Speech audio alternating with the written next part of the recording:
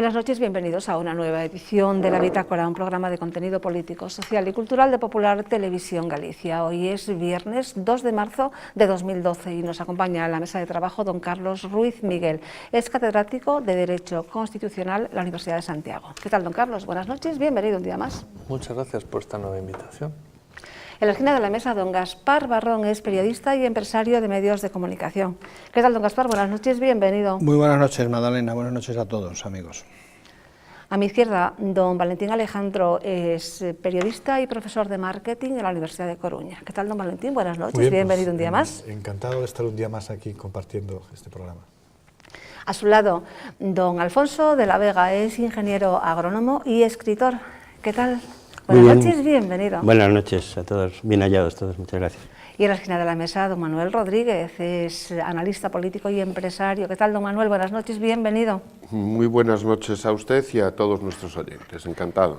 Bien, pues venimos hablando de esto desde hace semanas, no, meses, no, años ya, en los últimos años, hablando de la crisis. Abordamos hoy en profundidad un tema, como les decía, venimos hablando desde hace tiempo, recortes y crisis.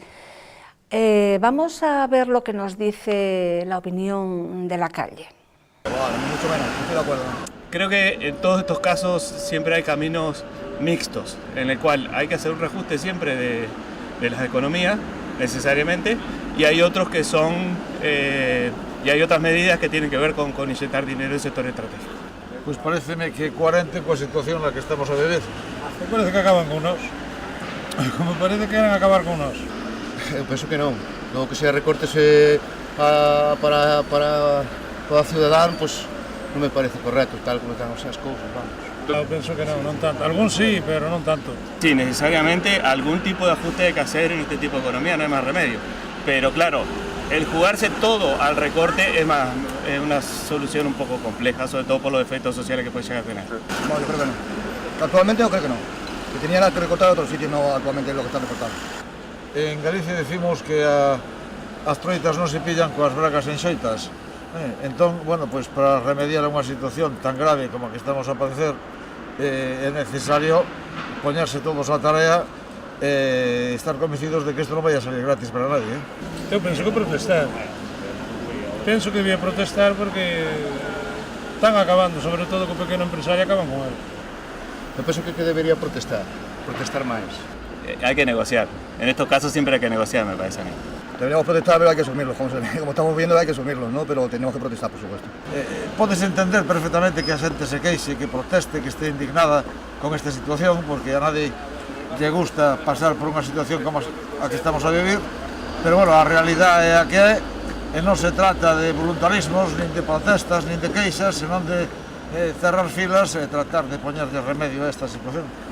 Pues a mí muy mal, me parece muy mal porque, no sé, esta situación xa deberán de haber previsto antes, non? E non recortar os que menos temos e os que máis teñen siguen igual. Están echando la culpa a los del pasado, pero esto todo viene de mucho atrás. Parece muy mal. Pero porque iban a mañar la vida, os da ahora iban a mañar todo, iban a mañar todo, non se podían subir os impuestos, que senón non medraba o traballo, non había máis traballo e todo foi, o sea que nos mentiron. É moita crisis, e algo habrá que facer rebaixar para o sea, facelo ben, que outro fixeron mal. Porque cando outro goberno lle entregaron tantos cartos e tanto aquel que quedaba ben o ayuntamiento, os ayuntamentos sobre todo, e agora non hai. Entonces, se non hai, é como nunha casa. Se ti tes unha casa e gastas máis que do que ingresas, chegará a un certo punto que non. Entonces, que habrá que facer revisar de gastos e todo. Involucrarse máis e poñerse no lugar do cidadán. Hay que trabajar en base a medidas que sean mixtas y no radicalizar ninguna posición. Son ellos que tienen que darnos a los consejados a nosotros y ayudarnos en el momento que estamos, no nosotros a ellos. Ellos tienen que pensar lo que están haciendo, no nosotros. Que miraran algo por los pequenos, non só por los grandes.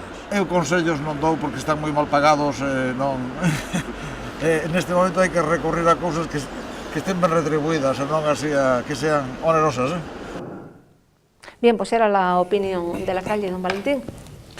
Bueno, yo comprendo perfectamente la inquietud, la preocupación y sobre todo la incertidumbre que se manifiesta en casi todas estas declaraciones. Yo creo que lo primero que tenemos que entender para poder percibir bien la necesidad de hacer estas medidas de reajuste, lo primero que tenemos que entender es que nuestra incorporación a la Unión Europea implicó toda una serie de ventajas.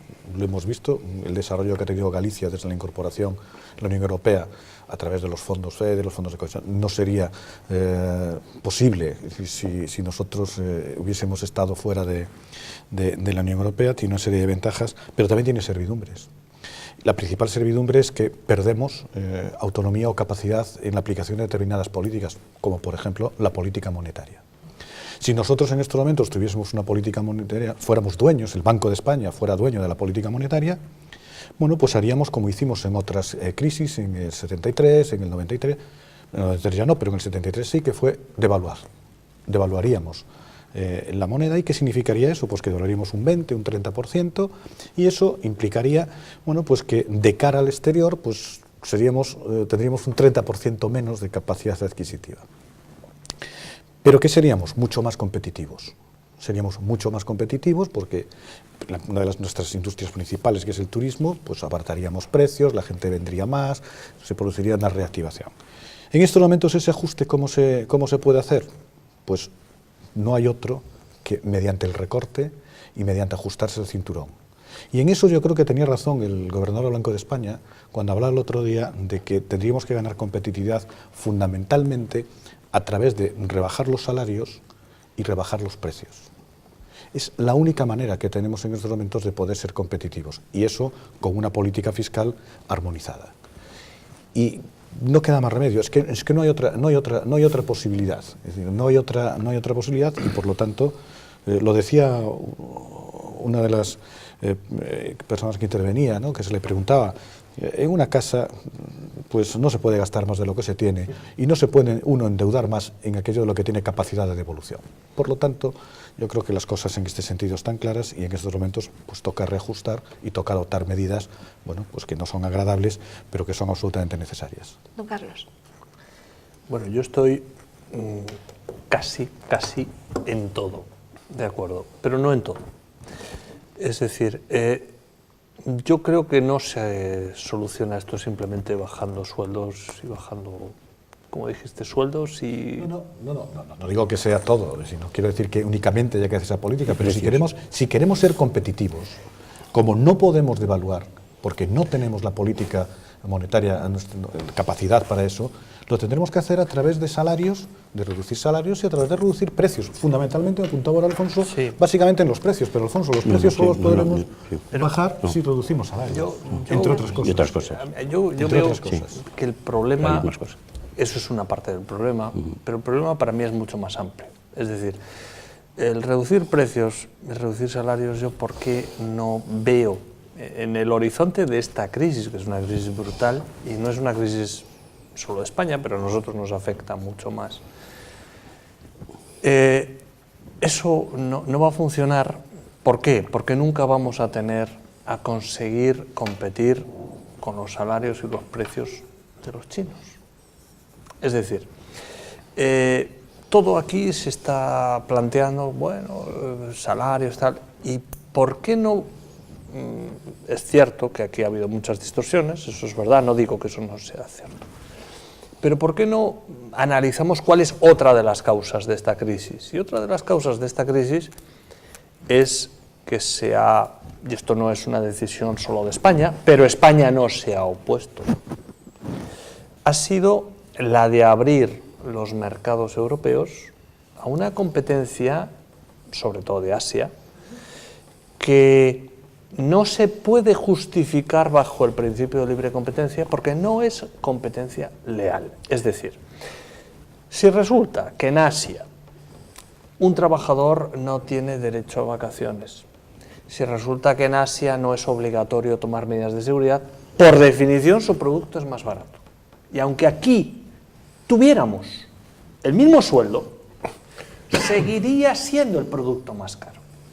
Entonces, la Organización Mundial del Comercio, para mí, nadie lo dice, pero para mí es la gran causante de la crisis que estamos sufriendo. La Organización Mundial del Comercio se ha dedicado a derribar barreras arancelarias, pero lo ha hecho solo desde el punto de vista, digamos, del coste del trabajo. Sí, bajamos la barrera arancelaria, pero no imponemos a China lo que se llama el proteccionismo social, ya no hablo de... En estas condiciones yo tengo muy claro que si se sigue bajando la barrera a la entrada de los productos asiáticos, por mucho que bajemos sueldos, esto va a ser una larga agonía en la que al final caemos. Es mi opinión. Al hilo de lo que usted dice, es el problema que tenemos ahora con Marruecos, el tema de la agricultura. Por ejemplo, se liberaliza y claro, efectivamente no hay ese proteccionismo y se... Madalena, yo creo que, adelante, si me permite. Adelante, adelante y además pueden ir interviniendo, no hace falta que yo les dé la palabra. Yo creo que uno de los aspectos es la crisis institucional, en general, entre ellas lo que estaba planteando Carlos también, y es una crisis que tiene que ver con distintos aspectos. Uno es el funcionamiento de la economía, otro es el funcionamiento del aparato del Estado, los problemas de la deuda y del déficit, que están en este momento se están convirtiendo en un sumidero financiero y por tanto impiden que se desarrolle, que se pueda financiar la economía y se pueda producir una situación de mayor crecimiento. O sea, está interrelacionado distintos aspectos porque hay una crisis institucional. Entonces, en el tema de los recortes, yo creo que habría que volver a preguntarse las famosas preguntas: ¿qué, quién, cómo, cuándo, dónde, para qué y por qué? ¿Qué recortes? ¿Qué se puede recortar? Entrando en el tema primero que hemos planteado, aunque yo creo que hay que enfocarlo desde el punto de vista institucional. Pues hombre, parece que habría que recortar muchas más cosas antes que sanidad, antes que educación, antes que otras cuestiones. Primer, ¿qué? El quién, amigo, aquí empieza a ver quién recorta. Recorta el Banco Central Europeo, recorta las instituciones de Bruselas, recorta el Gobierno Central, están recortando los bancos en el sentido de que no están dando crédito al sector económico, al sector que crea realmente riqueza. Hay insisto, un sumidero de financiero, y están intentando recortar unas más que otras instituciones como las comunidades autónomas y los ayuntamientos. Entonces, ¿pero para qué y por qué? O sea, tendríamos que ver qué pasa con este recorte. Tiene que ver con un déficit que se está convirtiendo en insostenible, pero hay que ver qué parte de ese déficit es problemas de gasto, problemas de maraña estructural, de organización, y qué parte de ese déficit va a financiar lo que podríamos llamar estado de bienestar, para entendernos, o sea, los distintos transferencias hacia la población. Entonces yo creo que hay que enfocarlo desde todos esos puntos de vista. No solamente desde el punto de vista de la economía, que es el tema de la productividad. Yo creo que bajando sueldos, realmente el nivel de sueldos en España es muy bajo en general. No podíamos hacer mucho. No solo sueldos. Y luego hay otro aspecto que tiene que ver con el sistema, con un conjunto de inputs básicos para que funcione una empresa, como son el tema de la energía, el tema de las telecomunicaciones, en los que hay unos niveles de precios superiores al contexto europeo en el que estamos. Entonces, insisto, crisis institucional, o sea, hay que recordar. Y ahí en el tema del China, o sea, ¿qué están haciendo? ¿Qué fue, por ejemplo, el anterior presidente del gobierno con el tema de China? Pues fue a pedirles a los chinos que financiaran la deuda española, o sea, que aumentaran el problema, en el sentido que si se está drenando la finanza hacia el sistema productivo, pues en vez de decir, cuidado que hay un dumping, vamos a... No nos han dado un duro, mire. Hay una cosa importante desde el punto de vista empresarial, que lo han dicho los dos por separado. Es decir, no solo los salarios marcan el precio de las cosas, ¿no? Somos un país que, por ejemplo, por poner un ejemplo, con una legislación laboral muchísimo más rígida que esta, al final del franquismo teníamos prácticamente pleno empleo. Y hace 20 años teníamos también unas cifras bajísimas con una legislación más complicada que esta. O sea, no es solamente cuestión de costo laboral o de facilidad de despido. Que sí, que es parte de la solución, pero no la única, no puede ser la única. ¿Qué problemas tenemos? Tenemos problemas de competitividad, nuestros productos son más caros y no los vendemos, porque tenemos problemas estructurales como país, como economía, que tienen que ser resueltos por los políticos, porque no nos lo dejan resolver a los empresarios, que son precisamente el costo de la energía. Somos un país que para producir una unidad económica determinada, mientras que en Europa gastan una unidad de energía, aquí gastamos 1,2 o 1,3 unidades de energía para producir la misma unidad económica. Y aún encima a unos costos brutales, o sea, un megavatio en España para una industria sale del orden de 100 y algo euros, mientras que en Francia son 60 y tantos, un 30% más cara la energía en España que en Francia, bueno, y que otros países europeos. Somos un país con una pésima estructura de distribución de las mercancías, ¿no? Es decir, encantados de que venga el AVE a Galicia, ¿no? Y aquí me van a dar bofetadas. Pero bueno, pero antes de que venga el AVE a Galicia, que vengan los trenes de mercancías. Yo quiero que vengan los trenes de mercancías, claro, que circulen rápidamente por la noche. Pero ¿y el AVE también? Que un señor no tenga que contratar claro un camión que gaste claro gasolina carísima, que mueve como mucho 30 toneladas, mientras que un tren puede mover muchísimas, y que le lleguen con celeridad. Tenemos un problema de infraestructuras industriales, no solo de que nos llegue el AVE o nos venga el avión al lado de casa.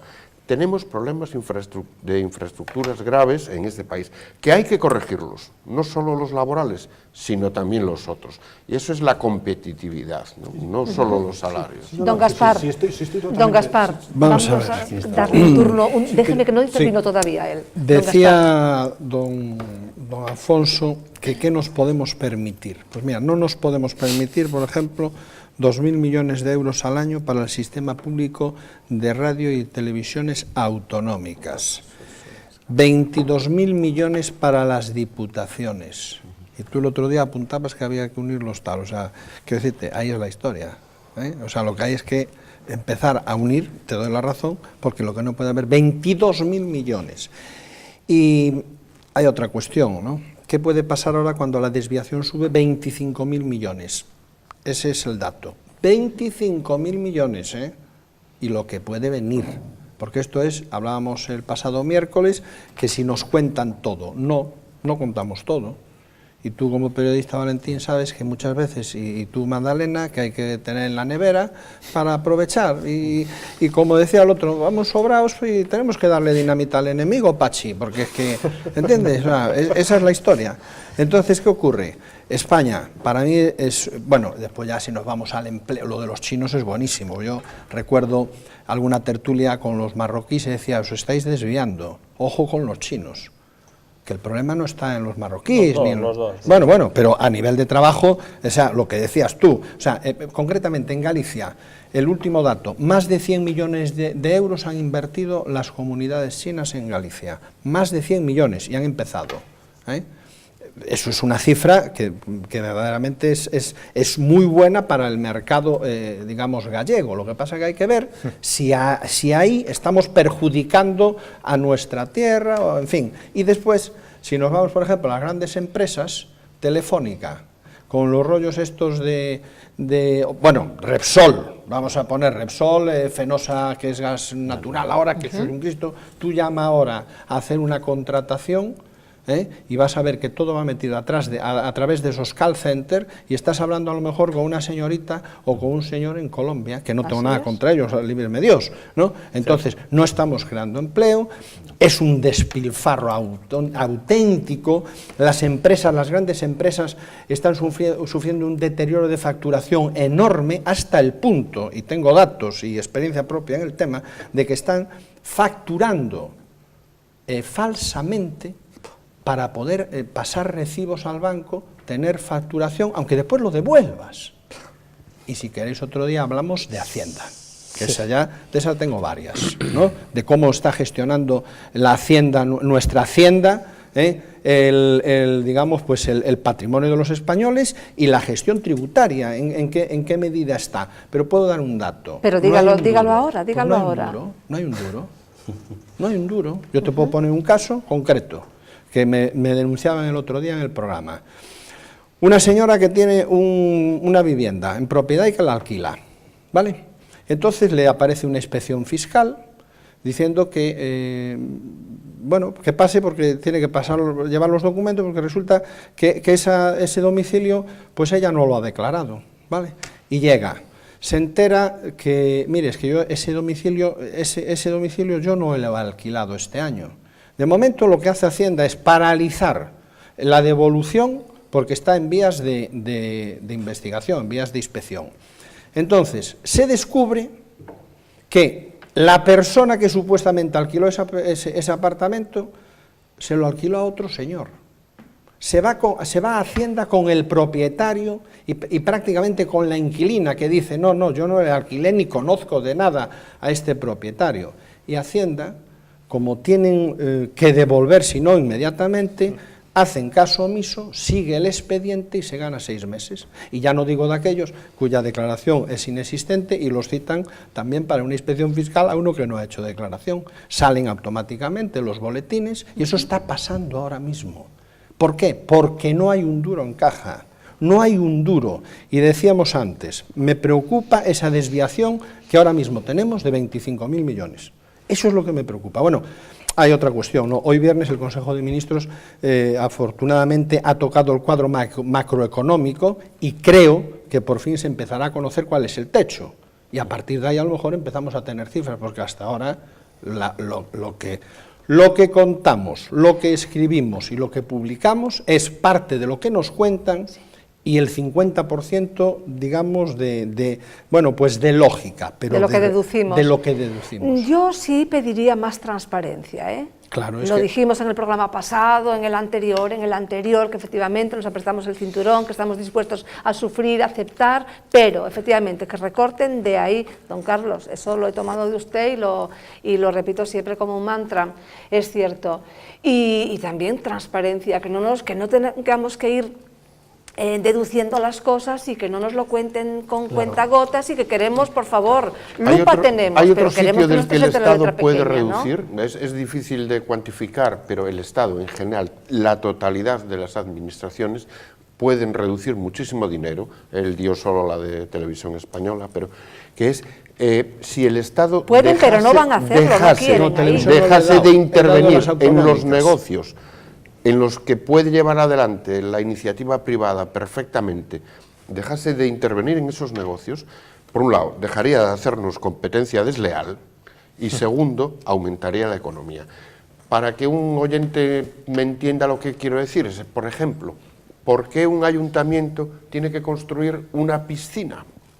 Una piscina hoy la puede construir cualquier empresa, cualquier particular, dar empleado a los 4 que la limpian, al salvavidas y a 3 o 4 cuidadores físicos. ¿Por qué tenemos que pagarlos todos de nuestro bolsillo? Por un lado es un gasto y por otro lado hay un montón de actividades que el Estado está hurtándonos de las manos a la sociedad civil. ¿Se refiere a las piscinas municipales o...? Claro, las municipales, lo puse como ejemplo, pero hay muchas cosas, o sea, televisión es una cosa. Usted está en un medio que es capaz de dar televisión y hay libertad para crearlos y facilidad para crearlos. ¿Por qué tenemos que pagar uno estatal, ¿no? Es decir, nos está haciendo competencia desleal, nos sale carísima y le está privando a usted de un acceso a la publicidad. El tema de la televisión española. Sí, todas. No, pero yo voy a centrarme, todas, pero es el caso más escandaloso. Televisión Española parte de ese inmenso agujero. Es porque resulta que a pesar de tener miles de trabajadores, etcétera, paga dinero a productoras, entre otras a la del antiguo amigo de Zapatero o actual amigo, ese señor que ha cerrado su periódico dejando en la calle a los trabajadores, ¿no? El señor Roures. Entonces, claro, ¿por qué Televisión Española no es capaz, como lo hace la BBC, de producir ella misma sus productos? ¿Por qué tiene que pagar a otros por hacer eso? Carlos, pero eso es una estrategia empresarial generalizada, no solamente de los medios de muy comunicación. sencillo, y Gaspar lo sabe perfectamente. Mire usted, Televisión lo hace eso, Televisión Española, igual que muchas autonómicas, porque es mucho más barata la producción ajena que la producción propia en función de los convenios que tienen establecidos. Sí. Mucho más barata. No tengas duda. Compras el producto, lo tienes ya desde el primer momento, tienes los costes, sabes la producción que puedes hacer. ¿Y tus empleados qué hacen? bueno, pero eso es una falta de gestión. Eso voy. A veces son los propios empleados contratados de televisión los que montan las productoras para hacer los productos que luego venden a la televisión. Claro, pero También. entonces están pagando incentivados por la propia cadena pública. Pero esto tiene que ver con las relaciones de poder dentro de las empresas y con la gestión de recursos humanos. Una forma de presionar sobre el trabajo, sobre el factor trabajo en las empresas es decir, bueno, lo sacamos y aquí te quedas en una situación de tal. Eso no solo los medios, no me refiero a Televisión Española en concreto, sino en general las grandes empresas. Porque además habría que investigar cuál era la propiedad última de esas empresas que contratan. Ese es otro tema. Al hilo de Televisión Española y de las producciones, ¿os estáis fijando que en los últimos programas de tertulias y de esto, todavía el Partido Popular no ha empezado a normalizar la situación del ente público que le están dando de hostias en cada programa? No puede hasta junio, no sé qué, porque además como persigue el consenso... Claro, pero ya era hora de que cambiar. Entonces, aparte de costarles una millonada, de tener en pasillo infinidad de profesionales, están llevando una sopa cada tarde, cada noche, cada mediodía. O sea, ahí parece todo, y que conste, yo defiendo la libertad, que sí, que me parece fenomenal, pero es que es insultante la forma que lo están haciendo, ¿no? Es la leña de la despedida. Sí, toma más, pero ¿cómo? ¡Pum! Cuando falleció don Manuel Fraga, yo no estaba en Galicia y vi la televisión por casualidad, la televisión española, que era la que estaba en la tele enchufada. Y entonces me quedé perplejo de cómo cubrían el asunto, o sea, sacándole con la camisa azul, no sé qué, o sea, era una cosa absolutamente repugnante, ¿no? Que sí, tal, que sí, o sea, Carrillo pontificando, el demócrata Carrillo pontificando sobre las excelencias de don Manuel, o sea, fue algo vergonzoso. Mandé un artículo de donde estaba, a la vez que lo publicaron luego, porque estaba indignado, digo, pero bueno, hombre, cada uno tendrá su opinión sobre don Manuel Fraga y tal, pero bueno, pero sacar el lado oscuro de la fuerza, nada más, me parece... Efectivamente, Televisión Española, pues es uno de los grandes agujeros, se traga mucho dinero y había que, bueno, de alguna manera, pues también organizarlo de otra manera, ¿no? Si no, ustedes abogan porque desaparecieran todas las televisiones públicas, ¿no? Yo no diría tanto, pero desde luego por una reestructuración... Que no tengan déficit. Claro, vale, perfecto. O sea, que sean sostenibles, etcétera, etcétera. Pero vamos a dejarlo de la tele, vamos con otra cosa, hablamos de crisis, recortes. La crisis, ¿por dónde más viene? ¿Qué tenemos que decirles? ¿Qué les podemos decir a los ciudadanos para o ponerlos más intranquilos contándoles la verdad o tranquilizándoles diciendo no hay más que 100 años dure? Decía antes usted, y yo estoy totalmente de acuerdo, en una situación como esta, lo fundamental es la transparencia, porque la transparencia es lo que nos lleva a la credibilidad. Y el pasado miércoles hablábamos de eso también. Y en estos momentos lo que necesitamos es creer. Pero no solo necesitamos nosotros, los ciudadanos, creer en nuestros políticos, en nuestros dirigentes, sino que decía el miércoles Gaspar que es necesario que en Europa nos crean. Claro. Que en Europa nos crean, parece ser que generemos. Que esta y eso semana solo se consigue, a creernos algo menos. Claro, y eso se consigue solo a través de la transparencia, porque nos han engañado tanto. Pero vamos a ver, el sistema en este momento, tal como funciona, creo que dificulta, por no decir imposibilita, la salida de la crisis, por la cuestión, insisto en el tema financiero, ¿no? O sea, en este momento hay una deuda que está creciendo, la deuda pública, no la deuda, el conjunto de la deuda pública privada respecto al PIB, está en torno a un 60% aproximadamente. Son 572.000 millones pero a un ritmo más lento ahora. Sí, pero entonces hay otro problema que es el del déficit añadido, que nos hemos llevado un susto de un 43% más de lo que se había pactado con Europa, un 43% más, que no son 2 puntos, poco, es un 43% más. Cuidado. Y entonces, ¿qué está pasando? Bueno, pues que está pasando que esto, que parece, bueno, la deuda, el déficit, bueno, en fin, no sé, tal. Esto lo que está haciendo es drenar los recursos de la economía productiva, insisto en este tema. ¿Por qué? ¿Qué está pasando ahora? Bueno, pues se está retirando el capital extranjero de España, de la que estaba financiando la deuda, del orden de 10.000 millones de euros al mes, y lo está sustituyendo la banca española. ¿Y cómo lo hace? Pues está hay barra libre del Banco Central Europeo, que lo da baratito, creo que es al 1%. Y entonces ellos pues a lo que lo puedan colocar. Sí, pero ojo, es un negocio magnífico. Alfonso, no, el negocio es redondo para el banca. Lo compra el 1% y se lo vende al Estado, que claro, es el pero entonces cuanto más deuda... Al 6 o al 7. O sea. Si no hay control del gasto público, si no hay control del déficit, si no hay control de la deuda, lo que está pasando es que es imposible salir que el sistema productivo, el sistema que crea realmente riqueza, pueda tirar como para poder salir de la crisis. Por tanto, hay que decir que si se sigue, ceteris paribus, ¿no? Don Carlos, si esto sigue así, con las mismas condiciones, no hay posibilidad de salir a medio plazo. No, porque el sistema está peloteando en contra de salir de ese sistema. Eso es lo que hay que decir. Yo lo tengo y es muy un problema claro, que estamos... Y si buscamos cuál es el talón de Aquiles de todo, bueno, talón de Aquiles para empezar a salir. Yo sí que tengo claro que, digamos, la condición imprescindible, la primera, es acabar con el déficit público, que es lo que nos está esclavizando. Mientras no acabemos con el déficit, no tenemos ninguna posibilidad. Antes se hablaba de los chinos, de la visita de Zapatero a China, de que fue a mendigar dinero, y los chinos, que, en fin, a pesar de que antes se decía aquello, de que te engañan como un chino. Bueno, los chinos de tontos no tienen nada, eso, ¿no? No le entendieron. Entonces, lo que pidieron, los chinos y luego nada. tienen una estrategia no muy lo clara y la están demostrando. No quieren deuda, quieren nuestras industrias. Las están empezando a comprar. Es decir, ¿por qué vamos a comprarles deuda si podemos comprarles sus industrias? En Portugal, en Italia, están comprando muchas industrias, no la deuda.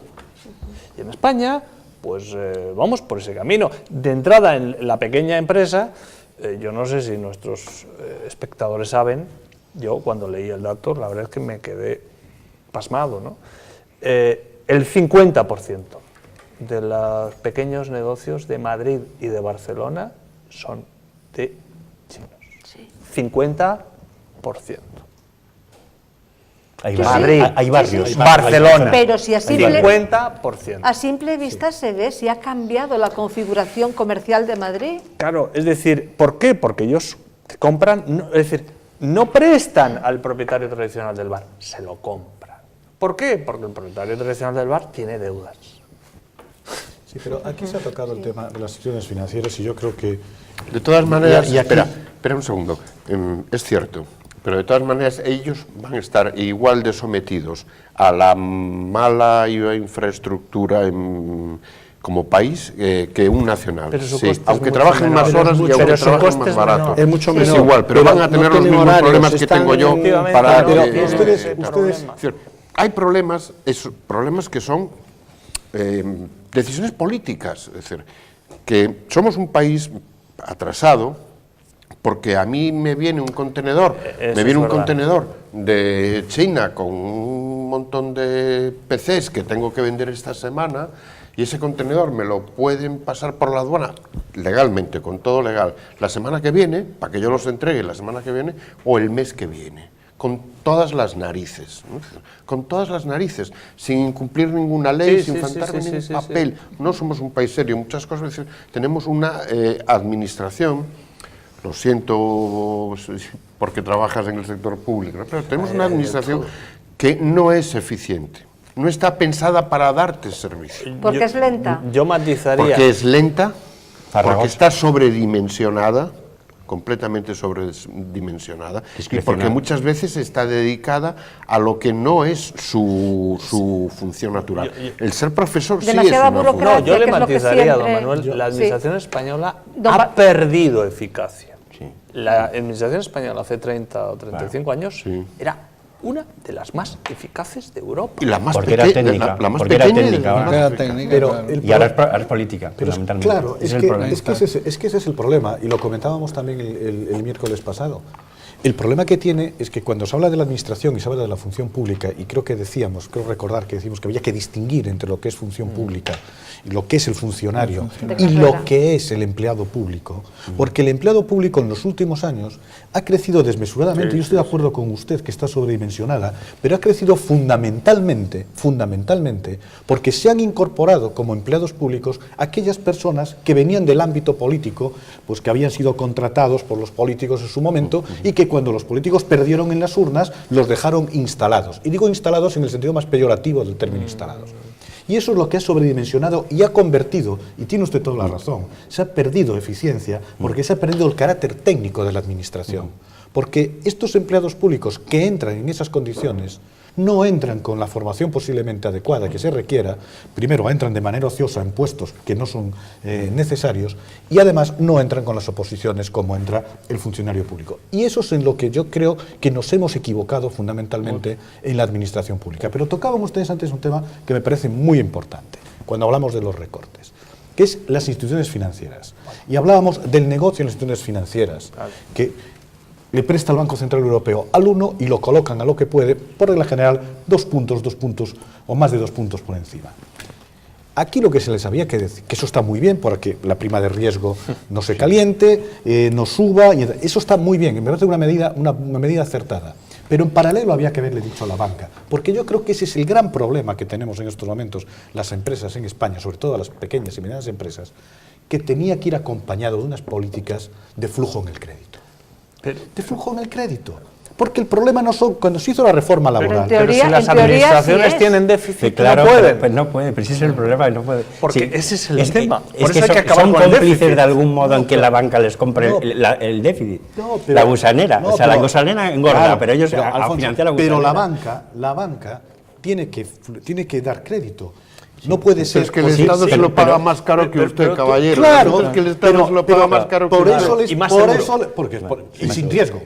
Y sin riesgo. Por eso el Estado debería exigirle a la banca que destinase una parte del dinero, que lo destinase al crédito. Pero se debería exigir a sí mismo bajar los gastos. Claro, los gastos, Digo, por supuesto. Por supuesto. Y luego hay otro tema, estoy absolutamente de acuerdo con lo que estaba comentando, respecto a la pérdida relativa de competencia técnica en la administración. Pero también hay otro aspecto que ayuda a esa pérdida, que es la farragosidad en los procedimientos. Hay un problema también, sobre todo en empresas que actúan en distintas comunidades españolas, que llega un momento que esto es un grigay, porque hay distintas leyes de medio ambiente, pasas el Leo y resulta que no es lo mismo, la naturaleza se comporta al otro lado del Leo distinta o al otro lado de Piedrafita que aquí. En cada lado, entonces esto llega un momento que se hace, yo tengo experiencia, no quiero concretar más, pero yo tengo experiencia de una solicitud para hacer una obra de infraestructura,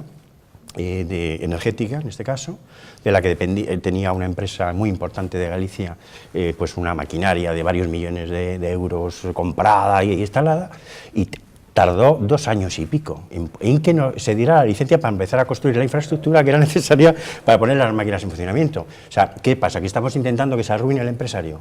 Porque claro, es que, bueno, ¿y esto qué sentido tiene? Pues no sé. Había del orden de 11 o 12 instituciones que intervenían en la licencia y algunas se peloteaban. Cuando dé el ayuntamiento de no sé qué, te doy yo. Cuando te dé el otro, te doy yo. Lo tal.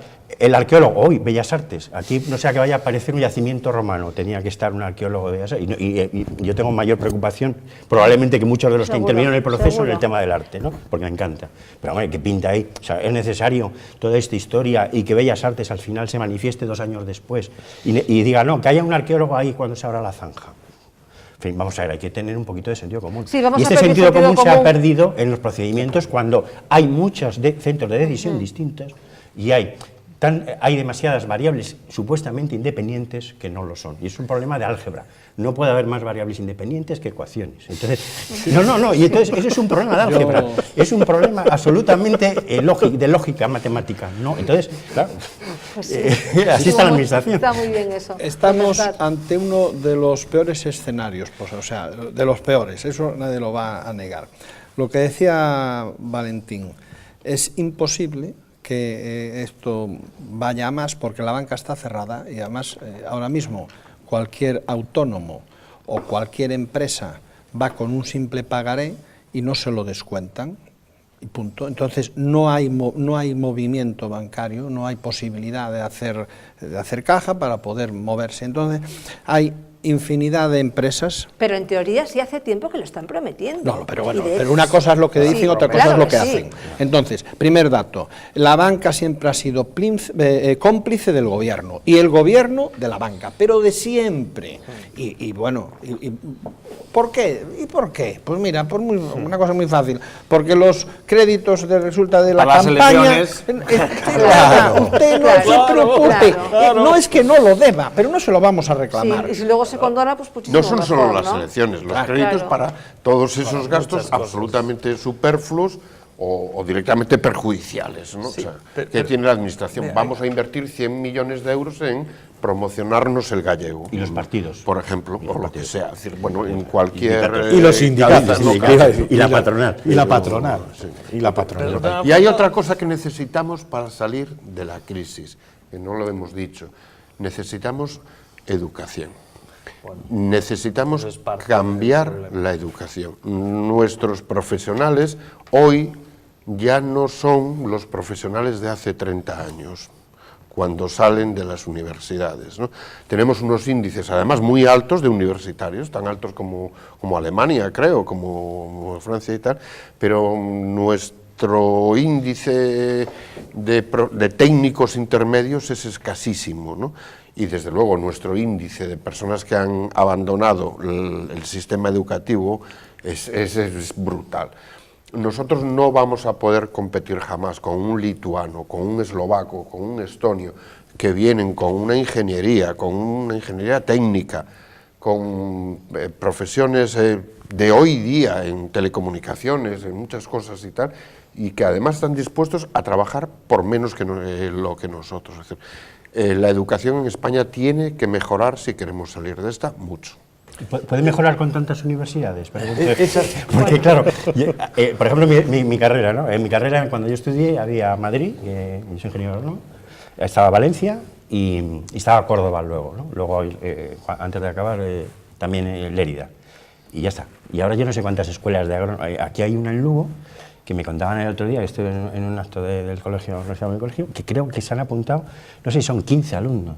O sea, y tenemos una universidad luego, digo, bueno, los mandamos donde sea, sale más barato, los mandamos a todo gasto pagado. O sea, vamos a ver, hace falta tanta universidad y que no que me estoy metiendo con ninguno de los queridos contertulios, pero hace falta tanta, porque claro, es que a lo mejor eso es parte del problema. Es que nos hemos acostumbrado a que queremos tenerlo todo al lado de casa y no tener que tiene que ver con la calidad nunca, también, ¿no? claro. Yo, es un tema que estoy completamente de acuerdo. Completamente de acuerdo que una de las cuestiones que tenemos que reformularnos es el sistema universitario que tenemos en estos momentos. Por ejemplo, educativo completo. Y educativo en general. Por ejemplo, en el tema de las universidades, que comparto la inquietud. ¿Galicia tiene masa crítica para tener 3 universidades? Es razonable. Y dinero. Y dinero. Nos lo podemos permitir cuando hablamos de eso. La siguiente cuestión. Tenemos una marca que tiene más de 5 siglos de historia y que tiene un posicionamiento en el mundo entero, que es Santiago de Compostela. ¿Qué es Santiago de Compostela? Y yo lo vivo, porque yo cuando voy por ahí adelante, pregunto, ¿usted de qué universidad es? Y digo, no, Universidad de La Coruña. Y dice, entonces les explico. Galicia dice, Santiago de Compostela. Y tengo que explicarles, no, es que allí... Bueno, yo creo que ha sido una dilapidación absoluta el valor de marca que nosotros teníamos, que a lo mejor había que descentralizar, sí. Que las 3 universidades ya están hechas, vale, ya están ahí. Que lo que tenemos es que racionalizar y aplicar sentido común. Por ejemplo, hay titulaciones, no solo en La Coruña, en Vigo, donde hay más profesores. Por poner un ejemplo concreto, yo doy clase en un máster, este curso, donde somos 26 profesores y 10 alumnos. Claro. Un ratio magnífico, la calidad pero decimos, bueno, pero son 10 alumnos que van a ser con una formación espléndida y van a estar el mercado esperándolos. No nos equivoquemos ni nos engañemos, no es eso. Pero yo creo que hay que aplicar racionalidad, y un criterio basado de calidad, y en el sentido común. Vamos a seguir haciendo recortes, vamos a sugerir recortes. ¿Qué les parece si damos una pincelada sobre los sindicatos? Bueno, vamos a ver. ¿Por qué no se le recorta? ¿Pincelada o gotelé? Bueno, pues venga, gotelé, cada uno como quiera. Se les ha recortado el 20% como la gran machada, ¿no? ¿Por qué tan poco? ¿Por qué no más? Bueno, en primer lugar porque Rajoy en diciembre, el 30 creo que fue, pegó el primer toque de atención a los sindicatos. Repito, creo que me he manifestado en más ocasiones aquí en la bitácora. Rajoy es un hombre muy lentito, pero ojo, que no se olvida de nada. Por eso, ¿Con lo del IRPF? No, exactamente, No fue nada lento, lo tiene fue claro. rápido. Entonces, él sabe perfectamente que los sindicatos están causando un daño, ya no al Partido Popular, sino a España. Eso lo tiene claro. Y si algo tiene el presidente español es que es un hombre de Estado, una persona que entiende lo que es un país. Y entonces yo estoy convencido que les irá dando. Y ahí viene ese nerviosismo que tienen. Que le retire y que vivan de las cuotas de sus afiliados, de aquellos que se consideran que bueno, que son defendidos por ellos. Y la patronal también. Y la patronal también. La que tenga que recibir dinero la patronal. También. Que te vayas a trabajar a la polia, ¿no? A la polia, Decía usted hace un rato el principio del fin ya lo ha hecho el señor Rajoy. Y yo compartía la transparencia. Le decía a la vicepresidenta de los sindicatos que tenían que empezar a ser transparentes. A mí me gustaría saber las centrales sindicales cómo son sus cuentas, y qué es la retribución que tienen, porque a mí me resulta absolutamente inmoral que a lo mejor algunos líderes sindicales, para convocar algunas huelgas, como hicieron en el pasado, se reúnen en hoteles, en los restaurantes de hoteles de 5 estrellas en Madrid. Y una vez esta semana había un desplegable. Y en cruceros por el un Báltico. Desplegable con las empresas. Había un desplegable. Los que son propietarios. Pero la primera piedra para tirar el poder sindical ya la ha puesto el señor Rajoy, los otros, con la reforma del CISME, que es la posibilidad de que una empresa no asuma el convenio nacional y asuma un convenio local por una serie de causas, justificadas y tal, pero es la primera piedra para quitarles el poder de la mano. Y otra más, le diría yo, que ya no tengan la exclusiva las centrales sindicales y la patronal de la formación. Eso es clave. De la formación, porque a lo mejor es posible. Y del empleo. Que hayan entrado las empresas de trabajo temporal como agentes. Y hay algunos de los que nos están viendo que posiblemente coinciden en mi pensamiento, a lo mejor ahí el fiscal anticorrupción tendría mucha tarea que desempeñar. Mucha. En cómo se han gestionado los cursos de formación y los dineros públicos en formación. Por cierto, que el otro día que comentábamos de que nos gustaría saber no me extraña que no le tenga su reloj de arena, al exdirector general de Caixa Galicia lo que se le pagó y tal, no podemos olvidar que no solo cobró el señor Méndez. En ese consejo había un delegado de comisiones y otro de UGT que también cobraron. Y cobraron sustanciosamente. Don Manuel, vamos a dejarle que hable el director de Cowboy de Medianoche. Por cierto, Cowboy de Medianoche, ¿a qué hora? ¿Por qué? Lunes, miércoles y viernes en internet a través de la página web de Universal RTV, después en las diferentes emisoras del Grupo Intereconomía en toda España, frecuencias que no recuerdo, y en Galicia, pues por ejemplo en La Coruña, que es la que me sé, porque cuando vengo a hacer el programa lo hago desde ahí, es el 107, ¿no? Ajá. Ahora entiendes lo que te decía... Lo del reloj de arena, es que hay que traerlo ya, porque sobre todo usted es el lo dejo, lo que pasa es que lo quiero tanto, afectado, lo quiero tanto, me supera el cariño que le tengo entonces, y encima como lo que dice es coherente, claro, y entonces aprendo juega con esa ventaja, pero adelante. Yo ya no sé de lo que iba a hablar, seguro que encima... No, estábamos hablando de los sindicatos, ¿no? El tema de los sindicatos. Lo que decía Valentín, y los liberados sindicales, esa es la clave. Y ahí me consta que el Ejecutivo de Mariano Rajoy está trabajando, pero fíjate, más que Mariano, fue la presidenta de la Comunidad de Madrid. Esperanza Aguirre preparó, tiene un equipo especialmente dedicado, y les dio, y ya les dio. Y tengo la completa seguridad de que van a aparecer medidas que van a cortarles todo tipo de actividad y de revolucionismo, porque son revolucionarios, y esta semana, el miércoles pasado, Cataluña hubo un desastre, que recordarás, Magdalena, que dije que acabaríamos como en Grecia. Vamos por ese camino. Vamos por ese camino. Mira, el Corte Inglés apedrado a huevos, pedradas contra los bancos, lo que decíamos antes, los bancos para mí, repito, cómplices del gobierno, la banca española y el gobierno de turno, da igual, por los intereses que sean. Entonces, recordaréis que las primeras movilizaciones en Grecia se atacó al Parlamento, se atacaron los bancos Y aquí aquí se intentó, con los indignadísimos aquellos, ir al Congreso, hacer algunas... Se paralizó, pero sigue ahí, el germen sigue, y se va a seguir. Y aquí se atacaron las sedes del PP el otro las día. sedes del PP, que se rompieron, exactamente. Pero sí. no las del PSOE, que son No, los las que del nos llevaron a la PSOE, ruina. no. A veces alguna para despistar, pero en Lo que es general cierto no. es que estamos en un proceso que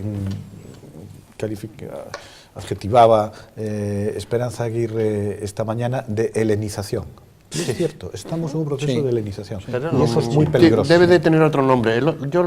El otro día salió reflejado en la prensa que en esta reunión que tuvieron los Tosio y Méndez con los sindicalistas alemanes, sindicalistas de Rheinmetall les dijeron a la cara: con la política que estáis siguiendo los sindicatos del sur de Europa, va a aparecer el comunismo de nuevo en el sur de Europa.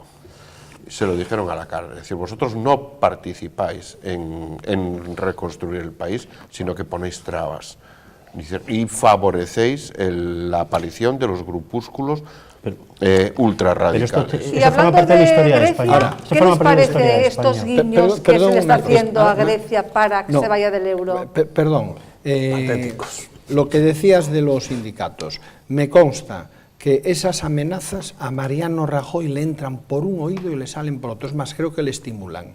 Le va a dar exactamente igual. O sea, en este caso te puedo asegurar... Usted no sabrá que come con él. Bueno, ven, te puedo asegurar que le da exactamente igual, que está preparado para la huelga, si es que llega, pero preparadísimo, y que tiene, si se hace, una gran victoria, un buen as en la manga que sacará.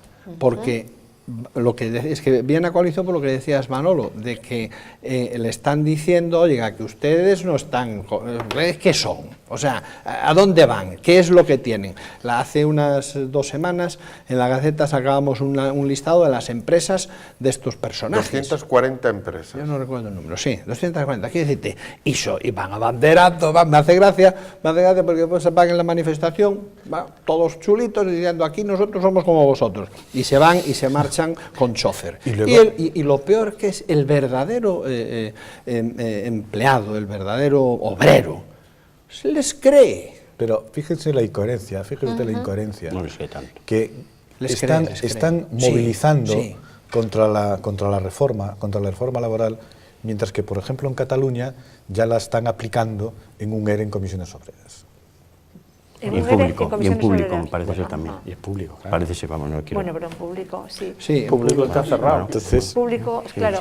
La pregunta que lanzaba, ella ha contestado que patético. ¿Qué les parece estos guiños a Grecia, que pudiera salir del euro y demás, que saliendo del euro sería más posible, sería antes lo comentó, más es decir, fácilmente... lo comentó pero es lo de la competitividad. La devaluación. Que es beneficioso, Sí. pues no, es perjudicial. Es beneficioso momentáneamente, muy a corto plazo, y perjudicial al final. Si Grecia sale del euro, no le quedará otra que devaluar mucho aquel dracma con el que entró, pero claro, eso va a abaratar sus productos, pero no sus muy deudas. poquito, los 6 primeros meses. Lo que le va a encarecer es las importaciones, para luego producir le va a encarecer muchas cosas, con lo cual le lastra el futuro, ¿no? De todas maneras, Grecia, en el conjunto de Europa, la economía griega en el conjunto de Europa es una parte muy pequeña, además Grecia no es está industrial. pagando haber entrado en el euro. Como primera medida. Y yo, Grecia está pagando el desmadre que tuvieron pero haber entrado en el euro. Yo tengo mis dudas de que el euro llegue a ser esa gran moneda que se pretendía. Recuerdo la frase aquella de Romano Prodi, cuando dijo que es más difícil arrastrar al euro, digamos, hacia la crisis que a cualquier moneda de este momento. Ya lo hemos visto. O sea que no, que el euro está pasando también con la deuda griega, porque Grecia ha comprado fragatas a Francia, ha comprado submarinos a Alemania, ha comprado carros de combate a Estados Unidos, cuando los problemas que tiene, los conflictos históricos con Turquía, se podrían intentar resolver en el seno de la OTAN. Claro, sino ya yo está quería bien. ir ahí. Es que ahí, vamos a ver, vamos a ver, tampoco puedes al pueblo griego, que tendrá sus vicios, que serán muchos, que no voy a entrar en ellos, pero no toda la culpa, probablemente la culpa de una clase dirigente. Yo no he dicho nada de los griegos. No, pero quien va a sufrir es el pueblo griego.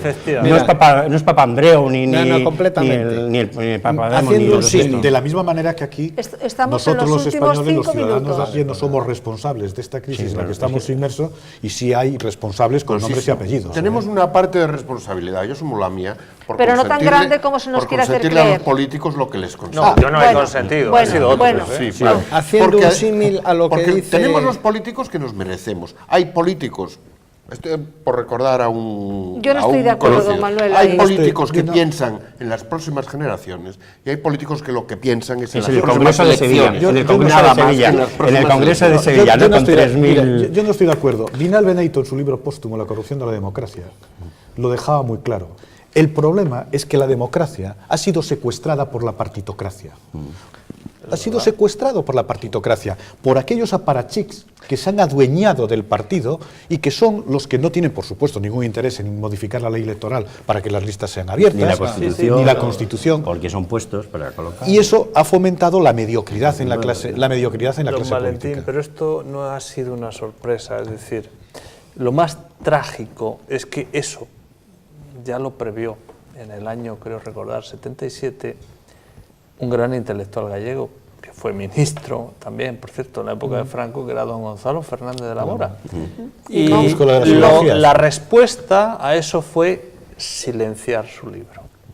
Si usted busca en la bibliografía española sobre partidos políticos, verá que no se le cita. Está como prohibido. No sé si le leen, pero citarle es algo que está como prohibido. Don Carlos, ¿qué libro es? La partitocracia. La partitocracia.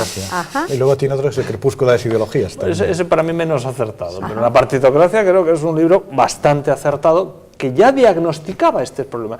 Y en lugar de, bueno, pues haber atendido a ese diagnóstico, un diagnóstico científico bastante bien hecho, pues lo que hubo fue un silenciamiento. El ninguneo. ¿Podemos decir la editorial? Pues ya no existe, bueno, se editó por el Instituto de Estudios Políticos, que ahora es el Centro de Estudios Políticos y Constitucionales, pero el libro ya no está en catálogo. De los partidos políticos han hay que alineado rescatarlo, lo ¿no? que habría que reeditarlo. Galbraith dominaba la tecnoestructura, ¿no? Cuando John Kenneth Galbraith acuña el concepto de tecnoestructura, que lo hemos visto magníficamente reflejado en nuestras cajas de ahorro, como por ejemplo, aquellos que los directivos, sin ser propietarios, las controlan, las dominan y las utilizan en su... Por cierto, que los dos directores que quedaban, Galloso y han sido sustituidos. Un minuto para cada uno por y nos vamos. Don Manuel, su minuto. Ya terminó. Redondeando y nos vamos. Redondeando, pues yo insistiría en la educación otra vez, porque siempre nos olvidamos de ella. Necesitamos educar a las próximas generaciones mejor que a las anteriores, los técnicos medios, las profesiones en general medias, profesiones que hoy están están ejerciendo personas que no tienen ningún tipo de cualificación y que son importantísimas, la logística de las empresas, de las pequeñas, de las medianas. Es decir, necesitamos educación. Don Gaspar. Necesitamos dar confianza a los mercados, confianza a la Unión Europea para que podamos, digamos, salir de una crisis que creo en el presidente del gobierno, Mariano Rajoy, que saldremos, que va a costar mucho y desde luego lo que no necesitamos son huelgas y payasadas en la calle para, en definitiva, crear más crisis, crear más desempleo y crear más problemas. Eso es lo que hay. ¿Don Alfonso? A mí me parece que parte del problema, y creo que no es poco, es la crisis de legitimidad y de solvencia de las instituciones, tanto en el aspecto de eficiencia como en el aspecto moral. O sea, me parece que eso forma parte del problema. Difícilmente instituciones que no se aplican criterios adecuados pueden obligar a los demás, a los de fuera, a que se los apliquen. Y creo que forma parte del problema. Don Carlos. Creo que es una crisis de unas dimensiones históricas y que tiene múltiples vectores. La educación, el problema del mercado interior, que se ha destruido, por tanto no podemos ser competitivos fuera cuando ni siquiera tenemos un mercado interior, problema internacional, el problema del sistema financiero, es decir, es una crisis que tiene tantos problemas para solucionar que solucionar uno solo de ellos no nos va a dar, creo yo, la salida. Yo coincido con lo que han dicho mis contertulios totalmente. Lo único que añadiría que en esta situación lo que es imprescindible, y lo apuntaba usted, es transparencia para generar credibilidad y al tiempo la exigencia de responsabilidades para el fortalecimiento moral. Bien, pues hasta aquí entonces la bitácora de hoy, monográfico, dedicado a recortes, crisis. Don Carlos, muchísimas gracias por haber participado. Por la invitación. Don Gaspar, gracias, como Ha siempre. sido un placer estar aquí. Don Valentín, gracias. Muchas gracias y también ha sido un placer poder compartir con estos compañeros. Don Alfonso, Encantado de gracias. no haber podido venir, muchas gracias. Don Manuel. Muy buenas noches a Un todos placer como ustedes. siempre, gracias.